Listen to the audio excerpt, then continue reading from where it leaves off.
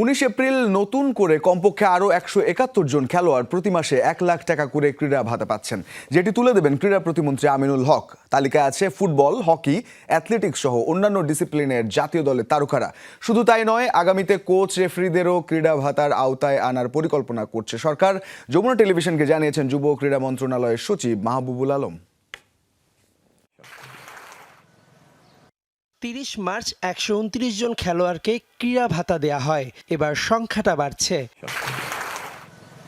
19 April নতুন করে আরও কমপক্ষে 171 জনের প্রতিজনকে 1 লাখ টাকা করে দিবে যুব ক্রীড়া মন্ত্রণালয়, যার মধ্যে আছে বাংলাদেশের বড় 2 ফেডারেশন ফুটবল ও হকির নারী ও পুরুষ দলের জাতীয় দলের খেলোয়াড়রা। রবিবার সকাল 10টায় জাতীয় ক্রীড়া পরিষদের মিলনায়তনে ক্রীড়া কার্ড তুলে দিবেন ক্রীড়া প্রতিমন্ত্রী আমিনুল হক। ফুটবল পাবে, আন্তর্জাতিক পর্যায়ে একটা ফুটবল টিম পাঠাবে, অথবা সে কি পদ্ধতিতে সেই ফুটবলকে বাছাই করে সেই পদ্ধতিও কিন্তু এখানে অনুসরণ করতে হবে। আমাদের জন্য কিন্তু এ ধরনের একটা নির্দেশিকা আমরা প্রণয়ন করেছি এবং তার ভিত্তিতেই এই বাছাইগুলো হচ্ছে। ছেলেদের যে টিমটা, সিনিয়র টিমটা যে আপনার এশিয়ান গেমসে কোয়ালিফাই হয়ে আসছে, এই 18 জনের নাম আছে, এবং মেয়েদের যে 18 জন প্লেয়ার যারা আপনার কোয়ালিফাইং রাউন্ড খেলতে যাচ্ছে, এদের নাম আছে।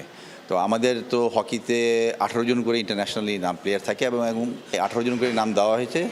আমরা আশা করি, যা শুনেছি, হয়তো 19 তারিখে এদেরকে ভাতাটা দেওয়া হবে। প্রাথমিকভাবে 500 জন খেলোয়াড়কে বেতন ভাতার আওতায় আনবে, যার কমপক্ষে 300 জনকে রবিবার দেয়া হয়ে যাবে। বাকি 200 জনকে ক্রীড়া ভাতার আওতায় আনা হবে ধাপে ধাপে। খেলোয়াড়দের পাশাপাশি কোচদেরও ভাতা দেবার পরিকল্পনা সরকারের। শুধুমাত্র খেলোয়াড়ের মধ্যে সীমাবদ্ধ রাখবো না, সংগঠক, কোচ, রেফারি, তাদের মধ্যেও কিন্তু আমরা ভবিষ্যতে এই ধরনের ভাতাগুলোকে দেওয়ার জন্য আমাদের পরিকল্পনা রয়েছে। কম সুবিধা পাওয়া ফেডারেশনগুলোর খেলোয়াড়রা প্রতি মাসে 1 লাখ টাকা পাওয়ায় উন্নতিতে বড় অবদান রাখবে।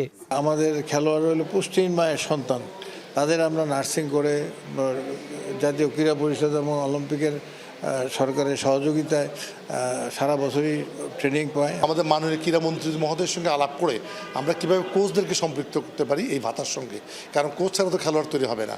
তবে ক্রীড়া ভাতার তালিকা নিয়ে যেন বিতর্ক না ওঠে তা নিয়ে সতর্ক মন্ত্রণালয়। সবকিছু স্বচ্ছতার ভিত্তিতেই হবে, এমন প্রত্যাশা সংগঠকদের। মেহেদি নাইম, যমুনা স্পোর্টস, ঢাকা।